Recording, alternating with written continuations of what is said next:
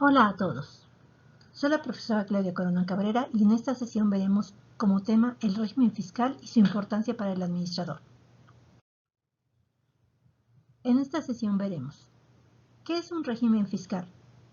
¿Cuál es el régimen fiscal aplicable al territorio? ¿Para qué te sirve este conocimiento como administrador? Comenzamos. ¿Qué es un régimen fiscal? Es un sistema o forma de gobierno que permite la recaudación fiscal, es decir, identifica a los sujetos que tienen como obligación fiscal contribuir a que la hacienda pública cuente con recursos económicos para sufragar las necesidades básicas de la población y realice sus funciones, en pago por el permiso que el Estado le concede para dedicarse a una actividad que le genere ingresos. Específicamente, es el conjunto de leyes y normas que rigen la situación tributaria de personas físicas y personas morales al momento de registrarse en el SAT, cada una con diferentes regímenes fiscales aplicables dependiendo de la actividad económica a la que se dedique. ¿Cuál es el tipo de régimen fiscal aplicable al territorio? Un sistema federal de contribuciones es la conformación de un conjunto de normas jurídico-tributarias aplicables en un Estado federal.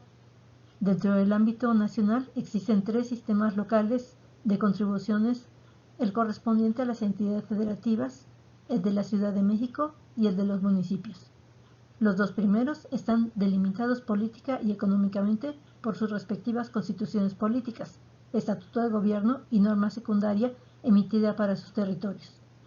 De acuerdo a los artículos 116, fracción segunda, párrafo sexto y 124 de la Constitución Federal, las entidades federativas cuentan con plena potestad jurídica tributaria bajo el principio general de distribución de competencias, por el cual las facultades no delegadas a la Federación se entienden reservadas a los estados, mientras que la norma fiscal del municipio se crea, organiza y funciona con base en el artículo 115, fracción segunda, al reconocer la facultad de las entidades federativas para establecer como organización política y administrativa al municipio, dotándolo de personalidad jurídica y patrimonio propio.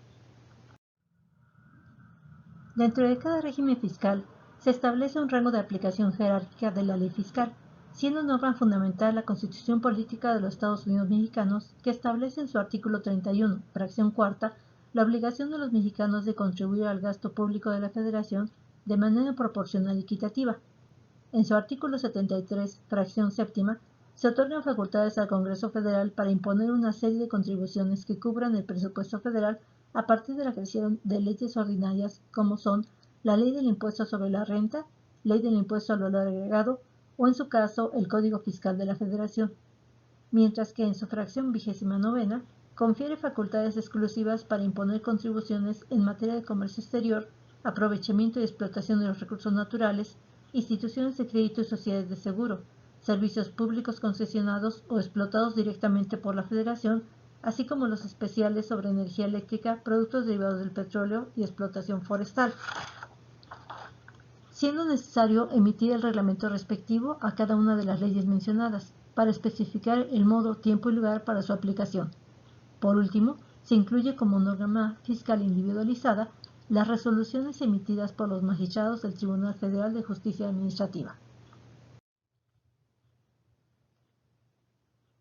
El Poder Ejecutivo Federal, con base en el artículo 31, fracción 11 de la Ley Orgánica de la Administración Pública Federal, cuenta para el ejercicio de sus atribuciones con la Secretaría de Hacienda y Crédito Público, a quien le corresponde el cobro de los impuestos, contribuciones de mejoras, derechos, productos y aprovechamientos federales en los términos de las leyes aplicables, así como vigilar y asegurar el cumplimiento de las disposiciones fiscales.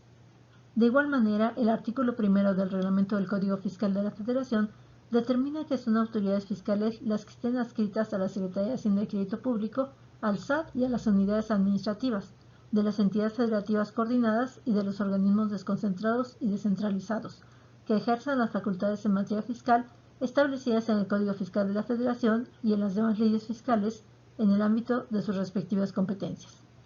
De acuerdo al artículo segundo de la Ley del Servicio de Administración Tributaria, el SAT tiene la responsabilidad de aplicar la legislación fiscal y aduanera, con el fin de que las personas físicas y morales contribuyan proporcional y equitativamente al gasto público, de fiscalizar a los contribuyentes para que cumplan con las disposiciones tributarias y aduaneras de facilitar e incentivar el cumplimiento voluntario y de generar y proporcionar la información necesaria para el diseño y la evaluación de la política tributaria. Además del SAT, existe otro organismo autónomo que es el Instituto Mexicano del Seguro Social, que a manera de autoridad fiscal y con base en su propia ley, realiza el cobro de cuotas obrero-patronales. ¿Para qué le sirve todo este conocimiento al administrador? El administrador es el encargado directo de organizar y dirigir a la sociedad o empresa a la que represente de manera interna y externa, cumpliendo con las facultades de gobierno, gestión y dirección, por lo que será necesario conocer las actividades empresariales que se lleven a cabo, además del régimen que como persona física o moral se encuentre vinculado a las obligaciones fiscales que a continuación se detallan.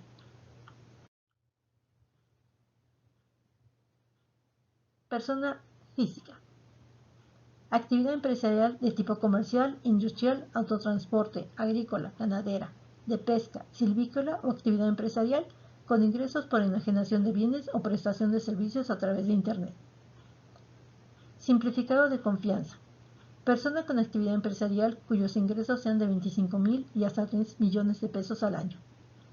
Arrendamiento de inmuebles. Corresponde a la renta de habitación, departamento, casa, local, edificio o terreno. Actividad profesional.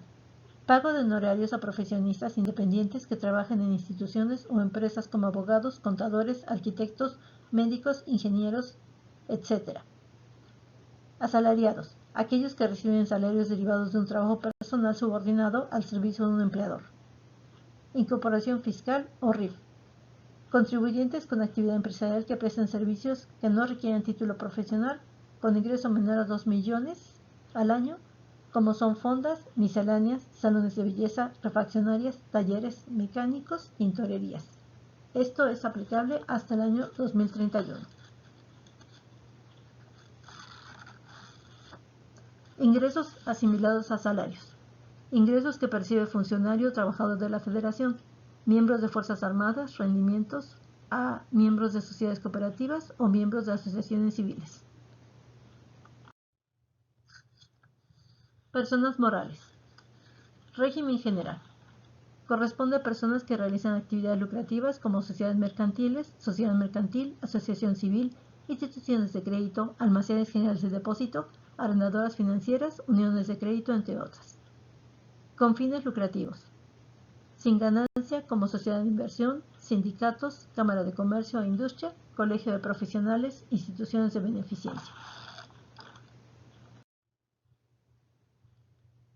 El cobro de impuestos y otras contribuciones a nivel estatal y municipal se regulan con base en sus propias leyes. Por ejemplo, el artículo 13 de la Ley Orgánica del Poder Ejecutivo y de la Administración Pública de la Ciudad de México establece las bases de organización y funcionamiento de la Administración Pública de la Ciudad de México, dividiéndola en centralizada y paraestatal, y en su artículo 18 lista a las secretarías, incluyendo en su fracción 14ª a la Secretaría de Administración y Finanzas, mientras que en el ámbito municipal se encuentra el ayuntamiento y sus respectivas oficinas de cobro.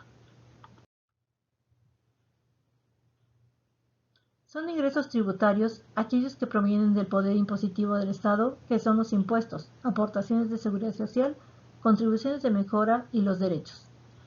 El impuesto, que es una contribución que debe pagar una persona física o moral que se encuentre en una determinada situación jurídica o de hecho regulada por la ley fiscal, es distinta a las aportaciones de seguridad social, que son pagos hechos por una persona que se beneficia por un servicio de seguridad social que le proporciona el Estado, y de las contribuciones de mejora, que son los pagos hechos por personas físicas o morales que se beneficien de manera directa por una obra pública, así como de los derechos, que es el pago por el uso o aprovechamiento de bienes del dominio público de la nación.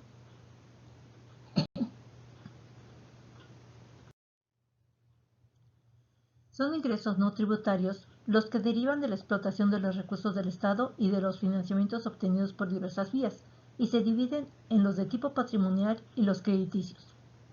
Los ingresos patrimoniales consisten en contraprestaciones de servicios que no corresponden a funciones de derecho público, sino por el uso, aprovechamiento o enajenación de sus bienes de dominio privado que se conocen como productos en el Código Fiscal de la Federación.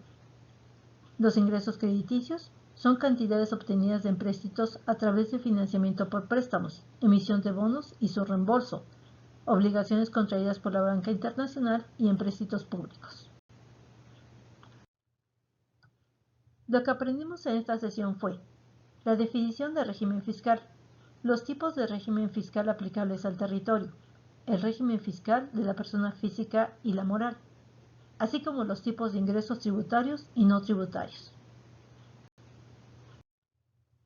Gracias por su atención.